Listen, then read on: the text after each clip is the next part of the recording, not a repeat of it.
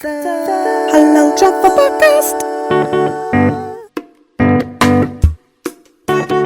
Hey guys, welcome to another episode of the Halal Chapter Podcast. You listen to me, Hazira Rauda and Nurul, and we are here with another episode with two very interesting guests. This time too, This time too. Alhamdulillah, the upgrade sikit. Yeah, it's very rare that we have two guests. Yeah. Fun. Yep, and they are from this company called TAQ Wealth Associates. Well, okay. So I feel like I've seen this TAQ Wealth a lot, especially in Bazaar Ramadan. Oh, okay. Yeah, Okay. there always this one booth yang macam it's empty, but there are always people coming to that booth. Okay, you mean like empty, like no merchandise? No merchandise, Not selling anything. Not selling anything. Okay, Yeah, okay. correct. But today we have Fakih as well as Wiwi Adriana from TAQ Wealth. Hello guys, say hello. Hello. Hi. Okay, so basically they are financial service consultants from TAQ Wealth. So if you don't already know, TAQ Wealth Associates is an authorized representative of AIA Singapore. This podcast is not sponsored. Before that, Disclaimer. Okay, disclaimer. And then they are focusing on improving lives through adequate financial planning, mainly on the Muslim community. Yes. So let me just cut myself here and just let you introduce yourselves and maybe TAQ Wealth as well. Okay, sure. Yes. Vivi, Yes. you wanna go first? Okay, hi. My name is Wiwi Adriana, and I am 26 this year, and I am a financial consultant in TAQ Wealth Associate lah. Yeah. Okay, I should have said TAQ Wealth. I'm so sorry. So TAQ Wealth or TAQ Wealth? TAQ Wealth. TAQ Wealth. TAQ Wealth. Oh, it's catchy. It's I always catchy. say it as Taqwa. Okay, it's Taqwa. Yeah, I think Yeah, that was it's probably Taqwa. the intention. Yeah. Okay, sorry. Never do research. Okay, go ahead, guys. Okay. Alright, I'm Fakih. I'm 27 this year. And I'm also one of the associates from TAQ Wealth Associates. Nak panggil TAQ Wealth pun okay, nak panggil Taqwa pun okay. Okay. Alhamdulillah. Okay, so you guys are financial service consultants. So Yeah, that's right. how is it like macam different from like other? Because kadang-kadang macam I feel like sometimes like I nak panggil financial planner or like macam financial strategist. Okay. Actually, like how what is your job like? I think there are so many terms that people would call us financial services consultant. That one is definitely our formal punya title. Okay. Some people may call us wealth management strategists, wealth management analysts, or maybe perhaps to be direct insurance agents. Yeah. So at the end of the day, I guess what differs is the financial consultant's ability and knowledge itself to be providing adequate advice towards their clients. I guess that differs lah from each financial consultants themselves. Yeah. Yeah. Okay, how about like share with us a bit more about TAQ Wealth and what you guys do in general? Okay, so basically Taqwa is like any other insurance companies where we actually our main target market is actually our Muslim community lah, because there are actually quite a number of our community who do not know of financial planning or who have yet to start on any, and we are actually here to give in ethical advices lah. Okay, like when you say ethical, what does it mean to be ethical? Or like, yeah. When we talk about being ethical, right? At the end of the day, we have to differentiate ourselves from providing plans, providing services, providing fees to our clients. Am I right to say that? Because at the end of the day, it's all about business. So being ethical is in the sense of understanding and making sure that we are always at the best. We always give the best priorities towards our clients in terms of their priorities and their needs. Okay, so just give some examples will be like if our clients are looking at taking out plans, we have to know whether or not it's always mission over commission, so to say. So sometimes clients may already have certain plans with other companies or other agents, right? if it's really about commission, we will definitely want them to actually take more plans or even cancel their old their old plans and take up new plans with us. So this is what we don't want. As consultants, we need to have the best interest in our clients in ensuring that whatever their priorities are and needs are always met first before our own sales. Sometimes it's really a lot about providing free financial advice towards our prospects and clients, especially the younger ones, or maybe perhaps students or young couples who are currently maybe perhaps trying to settle down as a young family. Nice. Yeah, so I think what I'm hearing is that your unique selling proposition or your USP per se is sort of like like how insurance agents and financial consultants tend to get a bad rep. Like you're trying to push so much for like all these plans. No. They use like fear-mongering tactics to scare you to buy certain plans that you don't currently need. So I think it's a breath of fresh air to know that there's people like you guys who would actually look at the situation of your clients and see and provide adequate advice based on their current circumstances. So yeah. I think it's really, honestly, I feel like it's really cool, like macam we have representatives like, among the Muslim community regarding like investments, because I feel like it's not a topic that we usually talk about in the religion or like in the community itself, because when it comes to investments, we always feel like some parts of it's haram. I don't know. No, I think there's a lot of like uncertainty around it. I think it's a lot more education probably needs to be done within the community. I feel like we don't know enough, which is why I feel like whatever that you're doing and specializing and focusing on the community itself, it's a good initiative, or whatever that you're doing, it's a good thing, because I can personally relate to that lah. And I think that what you shared about I think like what Nurul said as well, it's very easy to think that you are in it for your own personal benefit, as with any sales kind of position, any salesperson, and they say like whoever is your financial consultant or in your planner is like your best friend for life, because they are going to like plan your future for you, and this person is going to be with you like forever. So for it's very all important. your milestones. So it's important to like choose who it is very wisely. So I think it's like dating if you think about it. But so since you guys are actually focusing more on the Malay Muslim community, what do you think is one of the things that we tend to not overlook, and why is it that you think we tend to not think so much about finances? I think we have to go back to we have to take a step back and see how our ancestors have done it lah. I guess it starts in the household itself, right? Not just household, but maybe perhaps the community. When was the last time that we are able to actually talk about finances in the family, or during bila kita tengah makan dengan like our family members, and openly talk about finances, openly talk about savings or investments? I guess it's kind of a taboo topic, right?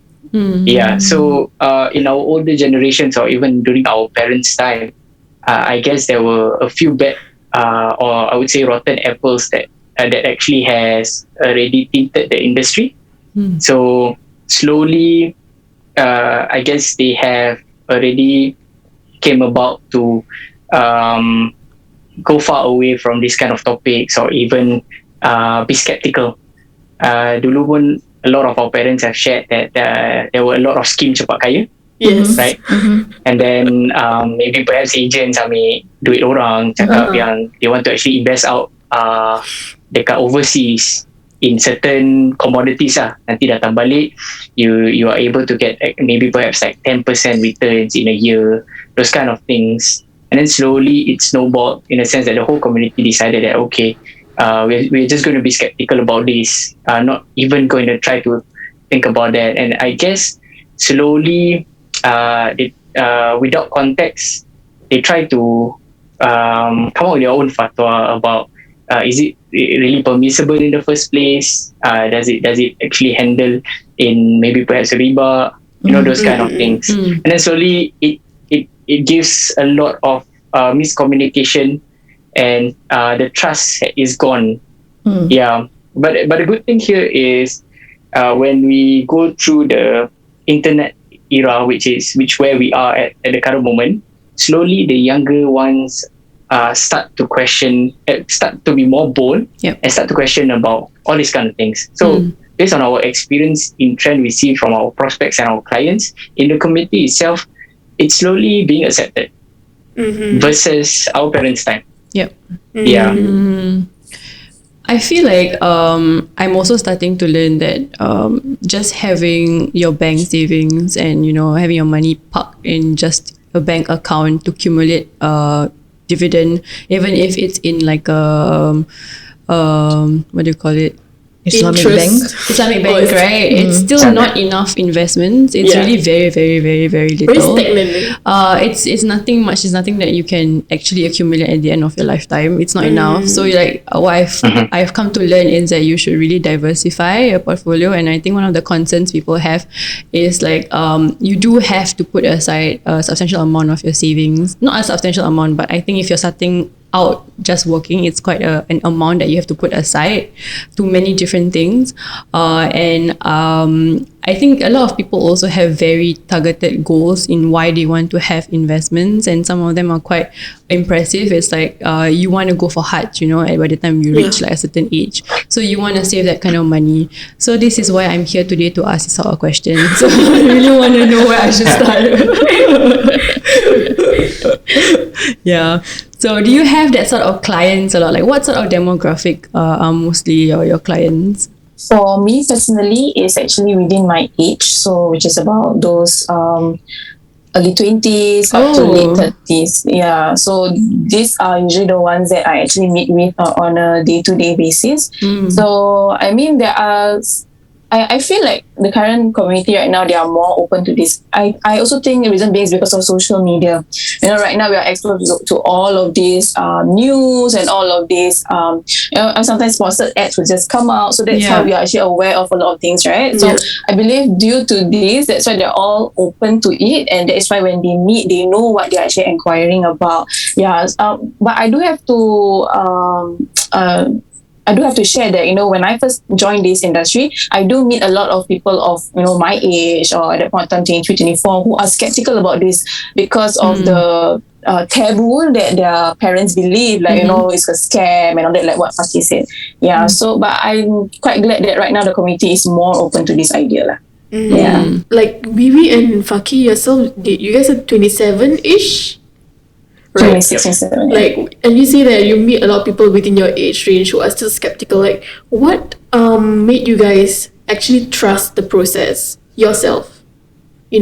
What made you? Were you like them previously, or were you like straight up like I believe investments?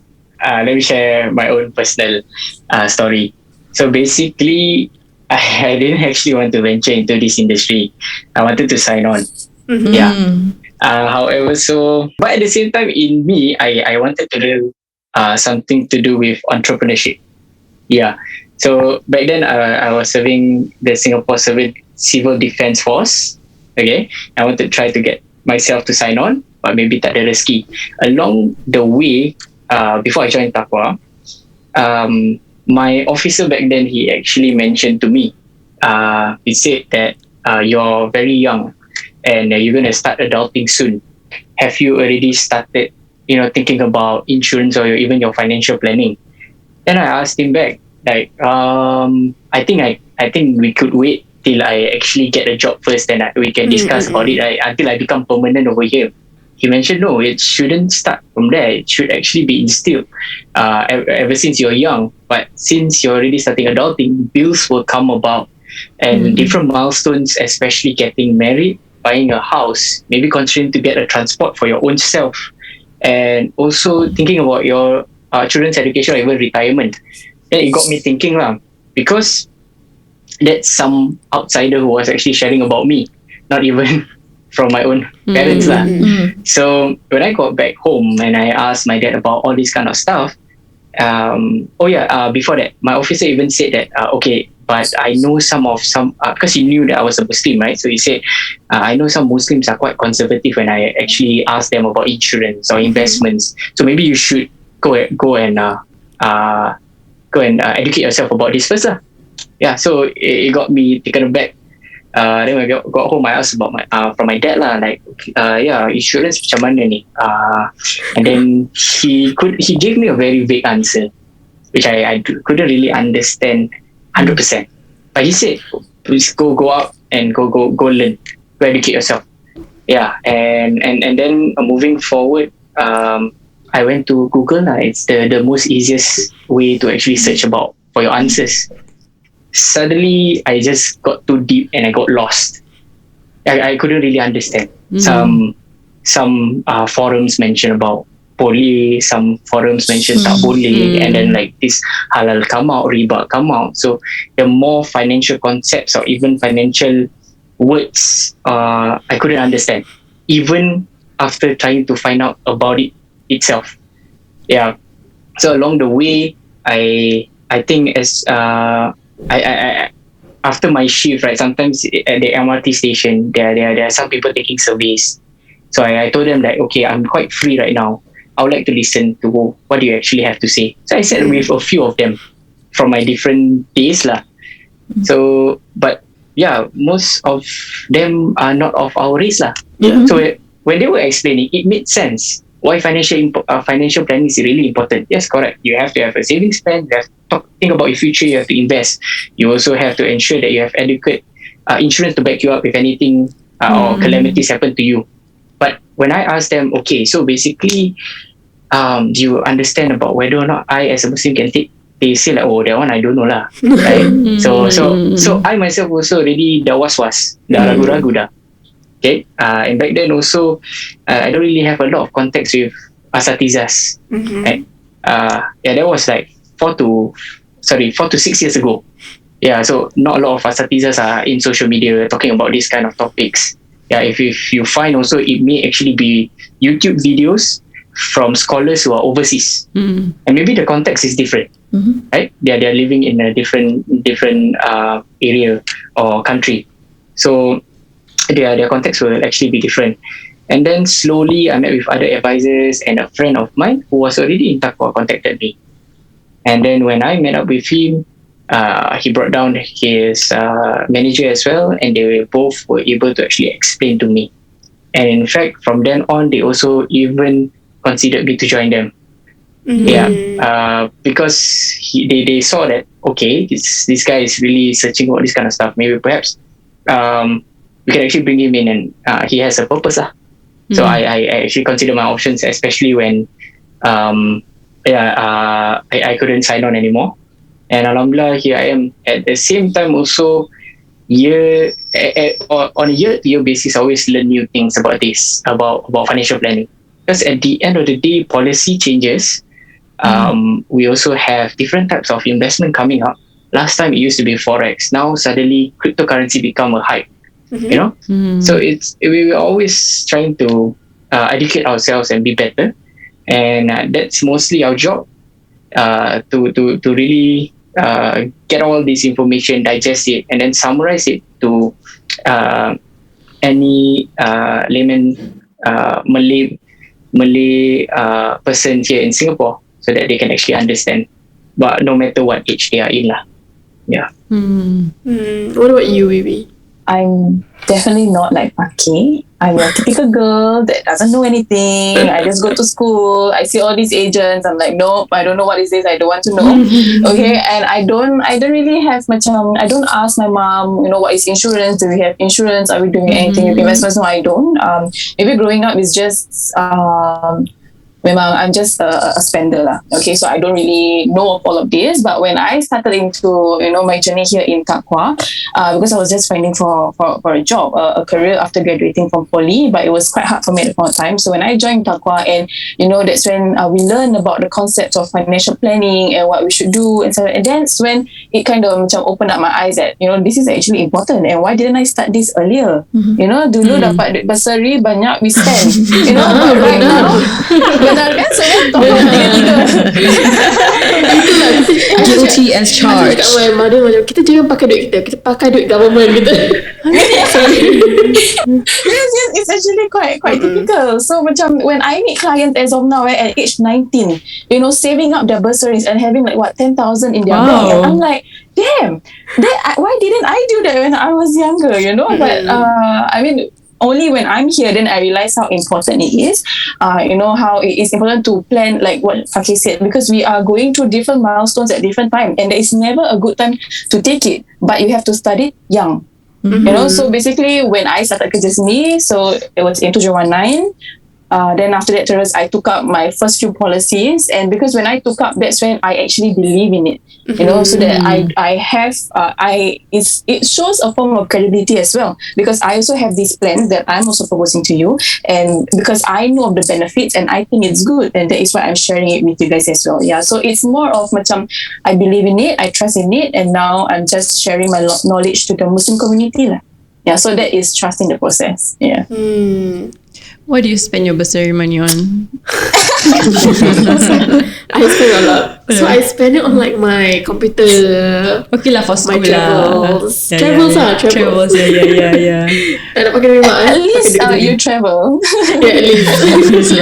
Not on clothes please. Ada level sikit.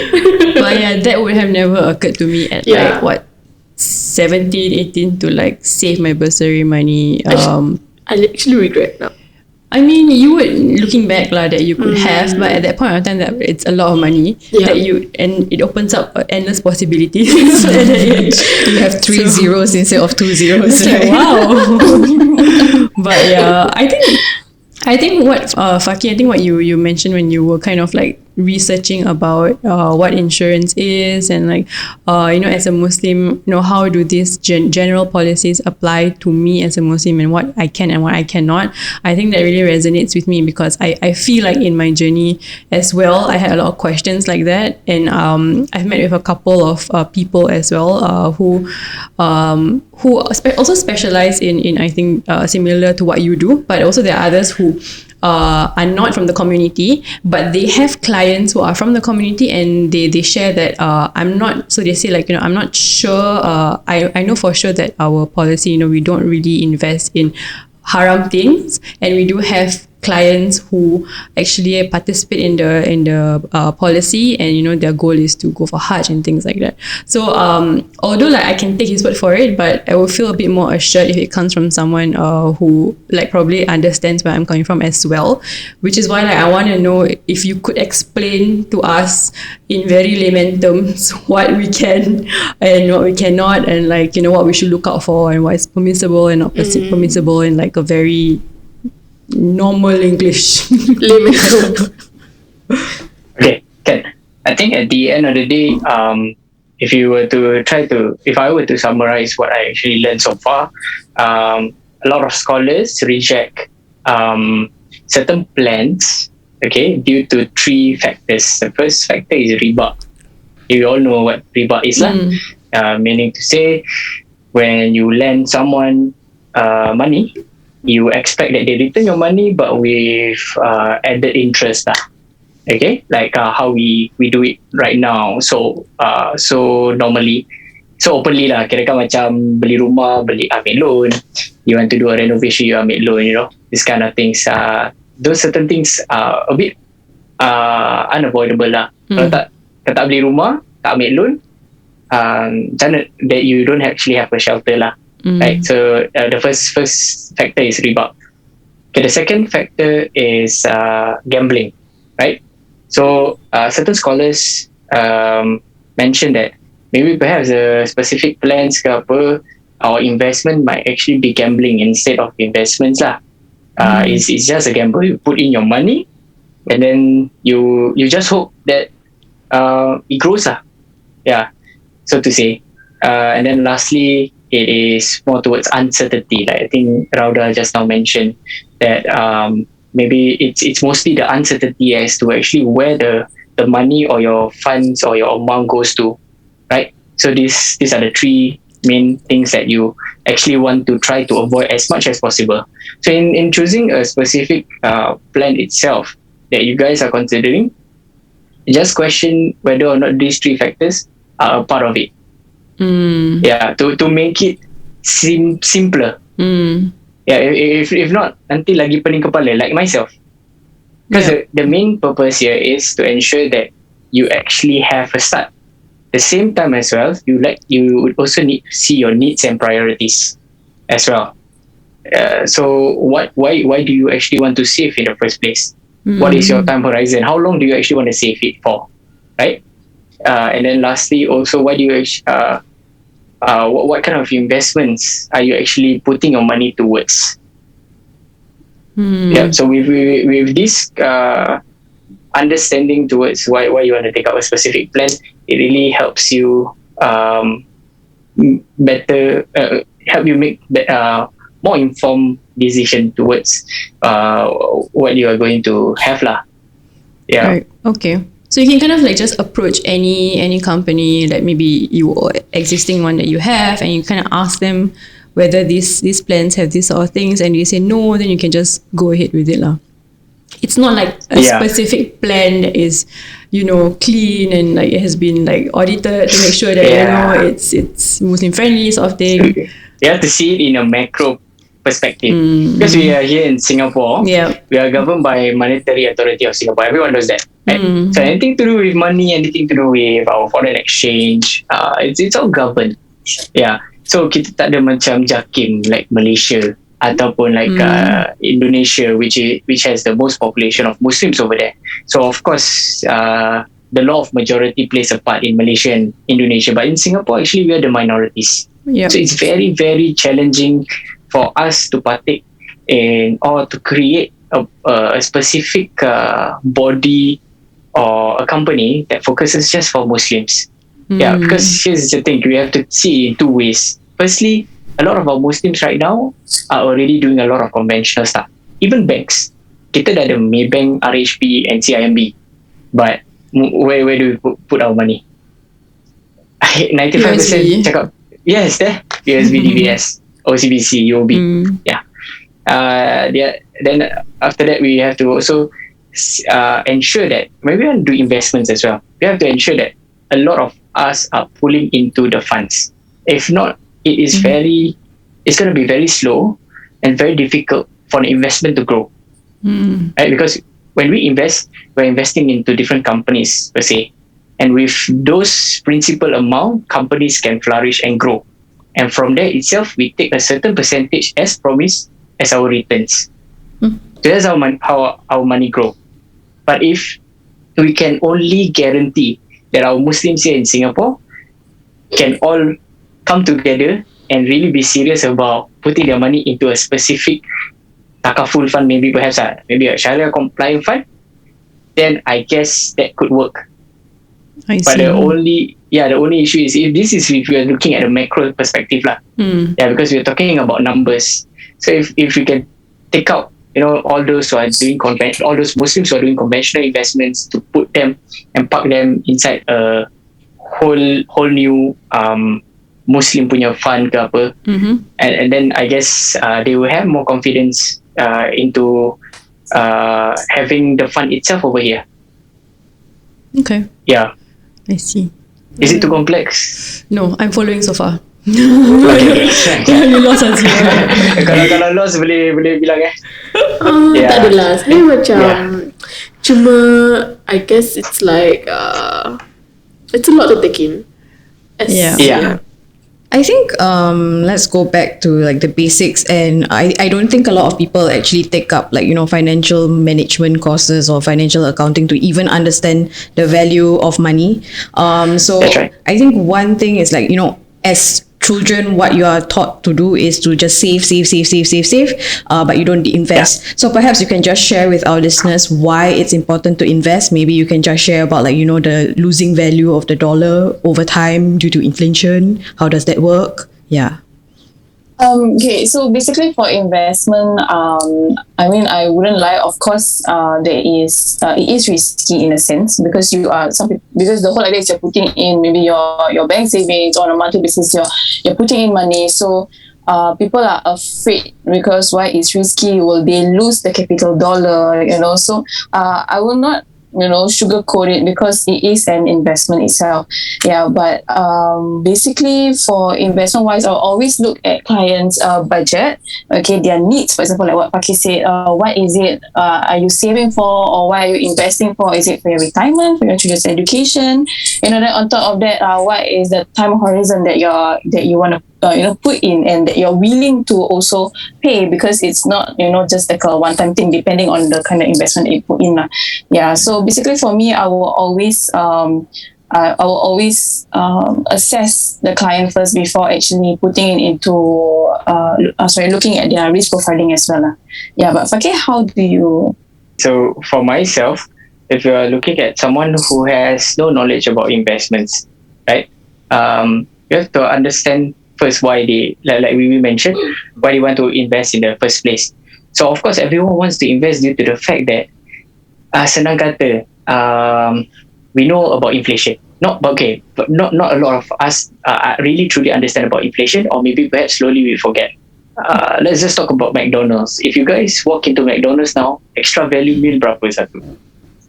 Oh man, I don't know. I know Seven, isn't it like $8? Oh, you guys are not McDonald's people? I'm just a double cheeseburger kind of person. Basically. Okay. McSpicy 7 lah. Seven or eight. Now 7, right? Do you guys realize 10 years ago McSpicy meal, how much was it? If you guys could recall. Oh, okay. 10 years ago. Five. Yeah, we talk No, 5, man. I just know the ice cream cone used to be 50 cents. 50 cents. Vanilla, $1 something. 15 cents. Yes. So this is a very simple example of inflation. At the end of the day, the cost of goods will actually rise. We talk about pergi rumah orang untuk hari raya. Last time, if you get like a $50 note, like you're really king. But at the current moment, you get $50 is quite normal. Right? People who who are flexing about 100 inside their sampul surat, itu yang baru ballers lah. Right? Yeah. So we talk about gaji as well. Look at income. Nowadays, people are drawing about 2 to 3. Okay, it's normal. But 10 years ago, drawing 2 to 3K, it's something already. It's a lot, yeah. Right? It's a lot. Yeah. So slowly understanding these values, the value of money, can help you understand the importance of growing your wealth in terms of investment. Right? Because we know that if you put bawah bantal ataupun dalam tabung, you won't get back any returns. Nobody's going to give you any dividends or interest. Yeah. Right? Because it's going to stay stagnant there. Then we talk about banks. At the end of the day, they are going to loan out your money. They are going to provide people loans. They are also going to invest your money so that they can also gain more returns. But at the end of the day, when you put your money inside the bank, you let them use your money, how much returns do you get back? Have you guys ever thought about it? POSB nothing. 1%. Itu yang I macam unsure sikit. Macam like, what do people mean when like returns? Profit. Returns, because when you put your money in the bank, you're actually making sure that they provide you security. Right? So that if you put your money in the house, takut terbakar orang curi. So you put it in the bank because the bank is a trusted institution. But the fact that under the lines, right, that we don't actually read, they are going to use your money to provide people with loans. They're going to invest your money. But at the end of the day, they promise you that because you provide us, you put your trust in us, we're going to give you some incentive. But the sum is very little lah. So it's as close to zero as well lah. As close to nothing. Yeah, when we have our money stagnant for, let's say we want to save for, let's say we are married and we got kids and we save for their education, children's education. The value of your money inside the bank stays stagnant while the cost of education out there is rising Uh-huh. due to inflation. So at the end of the day, when your child grows up already and it's time for them to go further their studies, you realize that when you want to take out the bank, it's not enough. Uh-huh. But for that, you plan already. You let's say example, you set out that okay, I want to send my child to university, maybe perhaps at the current rate, total 50k, right? But 20 years down the road, it wouldn't be 50k. It will be another amount lah. Right? It will be higher definitely. But you already plan out, you mapped out that okay, every year or every month I'm going to put aside 200, 300. But then when you realize after 20 years your child wants to further studies, sekali dah tak cukup. Or during the period you realize that hey, I'm putting 200 but it's not as close to the end amount, because the end amount keeps changing. And then most parents give up. What do? They actually take up loan, and then instead of cashing out money, they actually need to pay interest and also pay the amount back or pay the bank back. Yeah.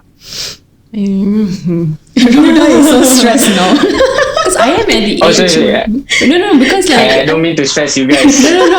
But it's all not new to me. It's all like things I've heard before. So like I understand like where my priorities have to be at this age. But yeah, it's a lot of things that I have heard before. Have you ever like for both of you, have you ever considered investing, or is it still like on hold? I've already started actually. Ooh. Yeah, but it's more of like to understand about how the economy works and to manage my emotions if it goes up and down. So I just like try to be chill. Okay. Yeah. Yeah. I have someone that but I'm supposed to meet him recently to review my policy after I turn 30, but because of heightened alert. Okay. As we know, I'm oversharing, but okay, never mind. No, I wanted to say like as a rule of thumb, just a general kind of like a range, right, of your monthly salary. What portion should you dedicate to savings plus investments? Like, are you looking at one quarter? Are you looking at 1/3? Because some say you should save like 1/3. You should save like what's the kind of rough figure that you guys can share? Okay, for me, usually how I will check in terms of my client is looking for both insurance and also investment portion. I usually gauge around 10 to 20%, but I do not impose an amount to them, because for me, insurance or investment portion shouldn't be a burden to you on a monthly or yearly basis.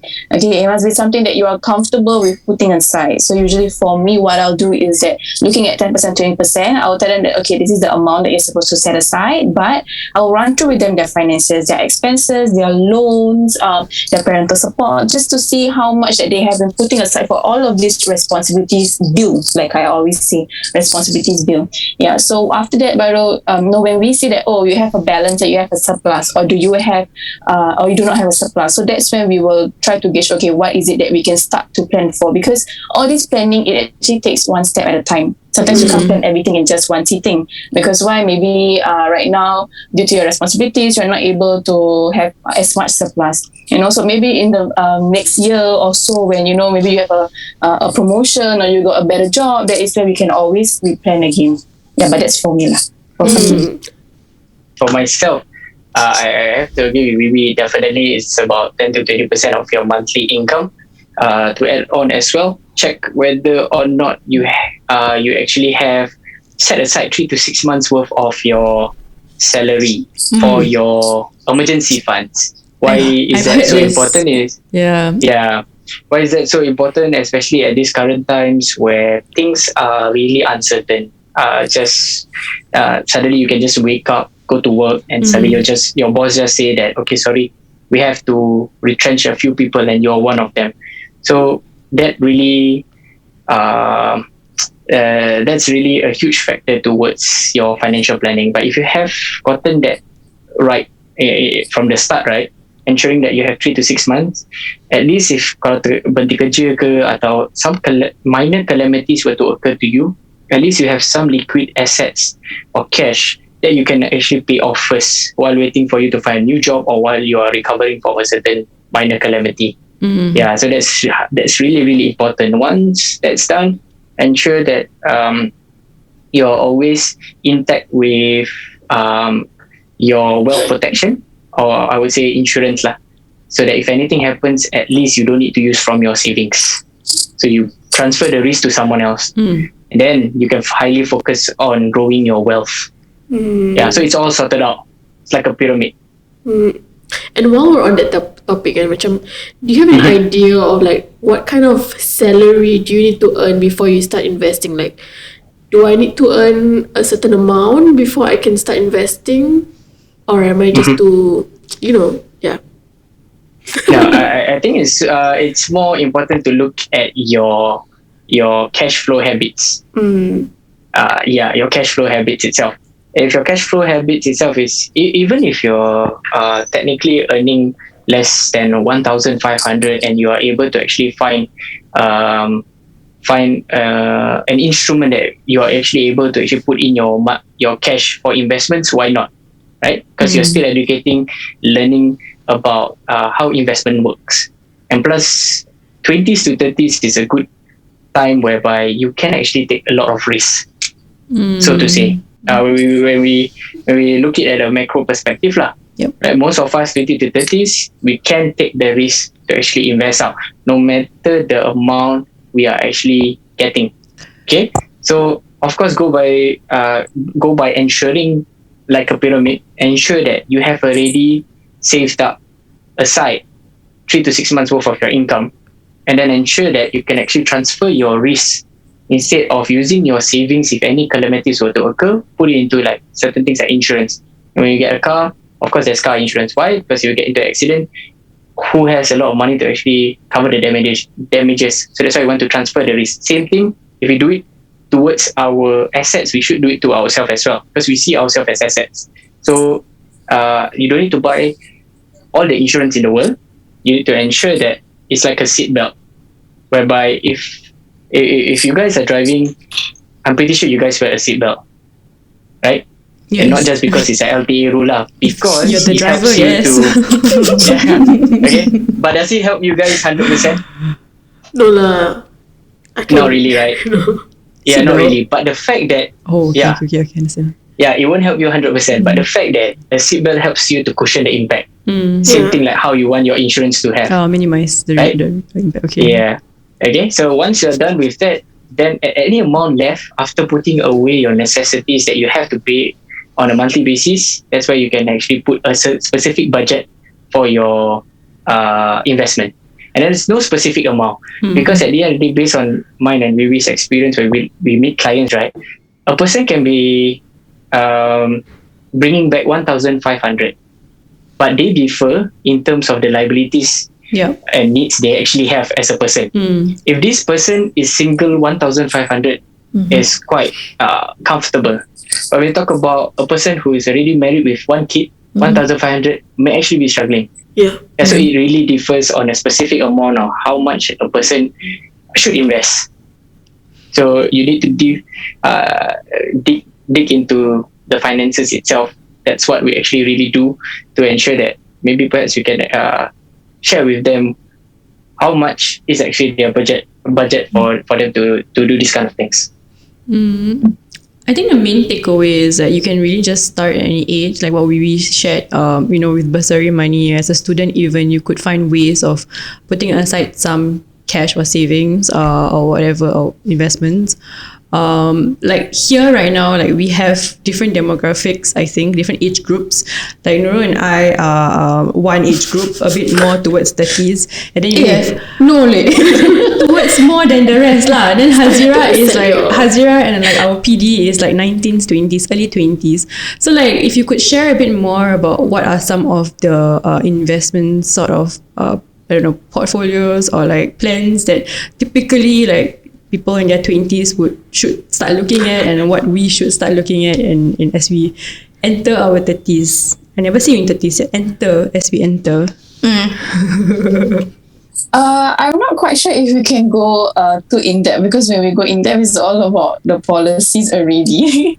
Okay, that's where we were required to sit one-on-one. Okay, to share with you guys more. But basically, we do have just to share, we do have different kind of investment policies that will kind of meet your different needs. Like for example, we do have like a 3-in-1 policy whereby it's life coverages together with an investment aspect, because this is for those who are starting up their financial planning, those who maybe just started working, becoming a young adult, and they want to have these coverages because they find it as important as also investing. So that is when they took up this policy, because it caters to their needs as much, and also to their budget as well. And then we also have other policies whereby if you solely just want to invest, so I would say that we have different policies to actually fit certain or different demographics, and also to meet your certain needs. But obviously when you start earlier, it's definitely better.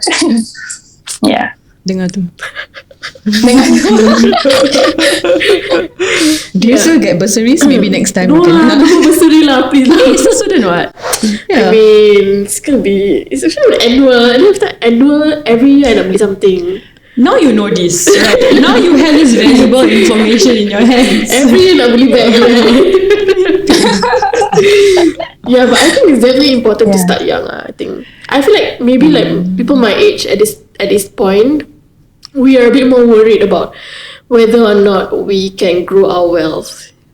But tak berapa nak wealth sangat, but like grow our bank lah basically, because I feel like we now see that even kalau you save up and jadi bukit pun, if you don't invest, there really is no growing in that sense. You're just putting inside some money. And you will not grow as fast as you need it to be for when you need it in later life. Just money in the bank. So I mean, I think the fact that you know that is already a big thing. Took me, It's okay. Okay, but what about younger parents? So for example, I'm sure, because you guys have a lot of policies yang macam, do you guys have insurance, or it's just solely on investments, mainly for young parents? So I'm asking, like, in the context of like young parents, how do they ensure that whatever that they're putting into this policy will be able to help their children in the future? Do you guys something like that? Okay, so I think, like I mentioned before, it starts from the household, right? So definitely they have to be good examples themselves towards their children from the get-go, so their children can actually mimic them in the future. Case in point, my example, it's very difficult for me to understand about these kind of things because it was really difficult to talk about it in the first place. Okay, so parents should actually be more open about sharing topics about finances and share with them how they can actually do it, because currently we are in a sandwich generation, whereby we are in the middle. We are technically supposed to be our parents' retirement plan, right? And then at the same time, we are trying to prepare for our own at the same and also not to forget, if let's say inshallah we have children, we want to be preparing for them for their better life. So it's very, very challenging. But if we were to follow our ancestors' footsteps, it's going to be just a vicious cycle, right? So what we have to ensure is save our nest first. So technically, like I mentioned just now, make sure your cash flow is very, very healthy. You set aside your emergency funds. You've already insured yourself. At the same time, you will have start your own planning for your own retirement or your future. Okay, to start growing your wealth or invest, and thereafter ensuring that you are focusing on getting your children's to have that as well, depending on whether or not you want them to further study or just prepare them for their life.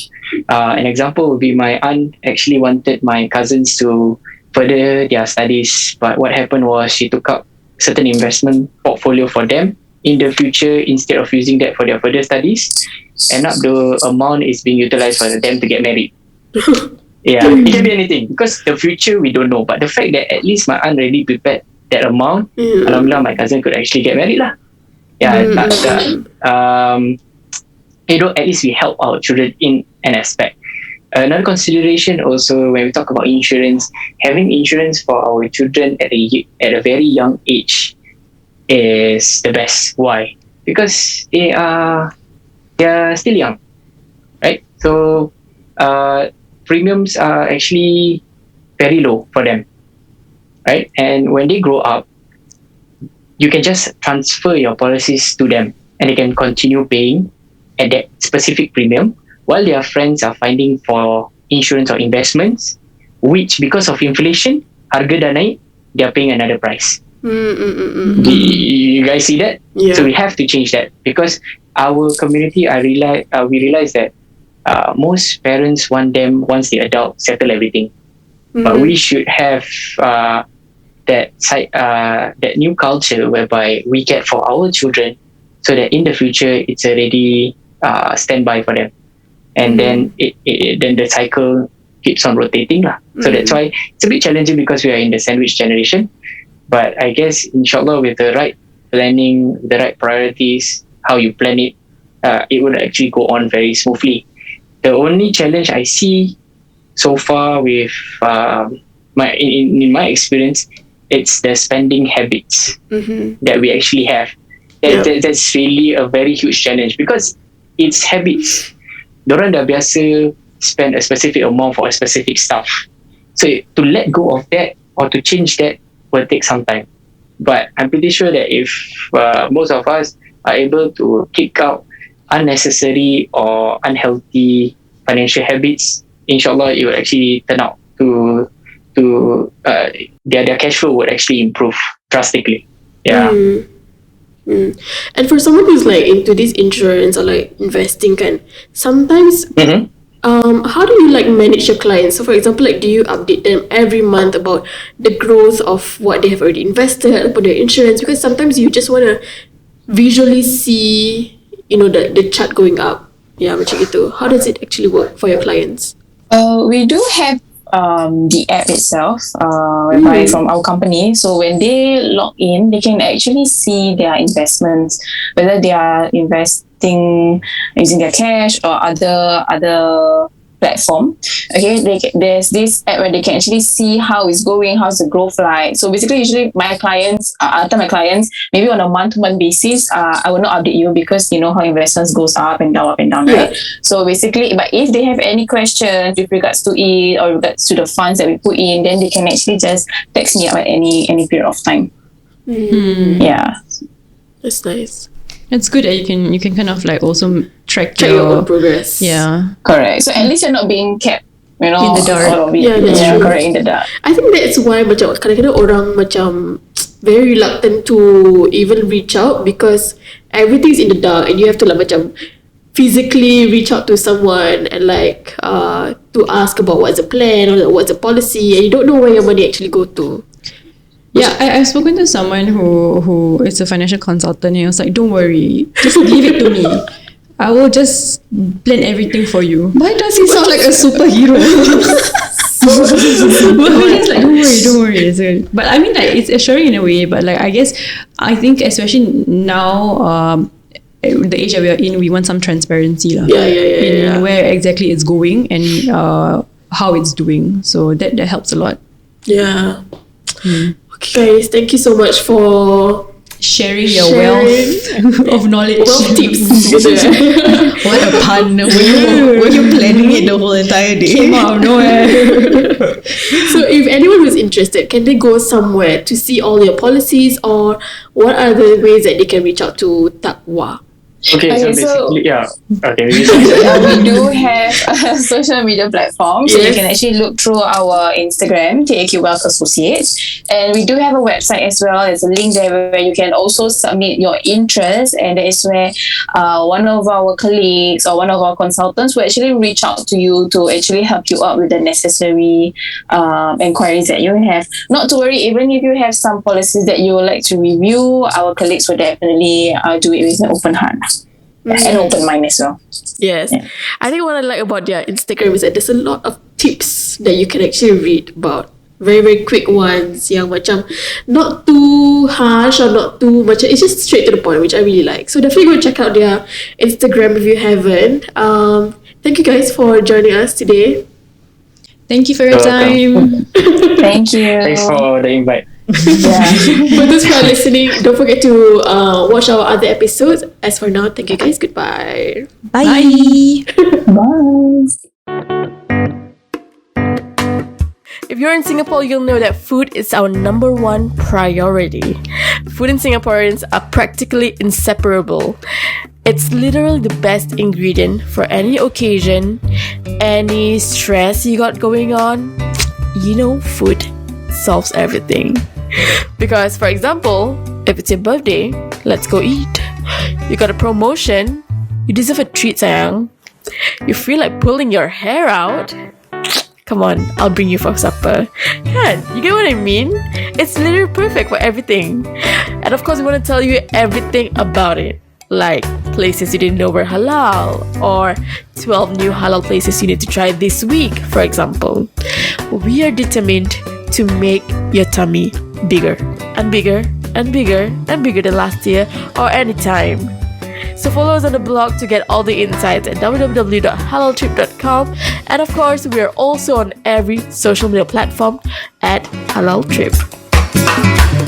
Alright guys, thanks for listening. So we'll see you on the next episode. Don't forget to give us a shout out on anchor.fm/The Halal Travel Podcast.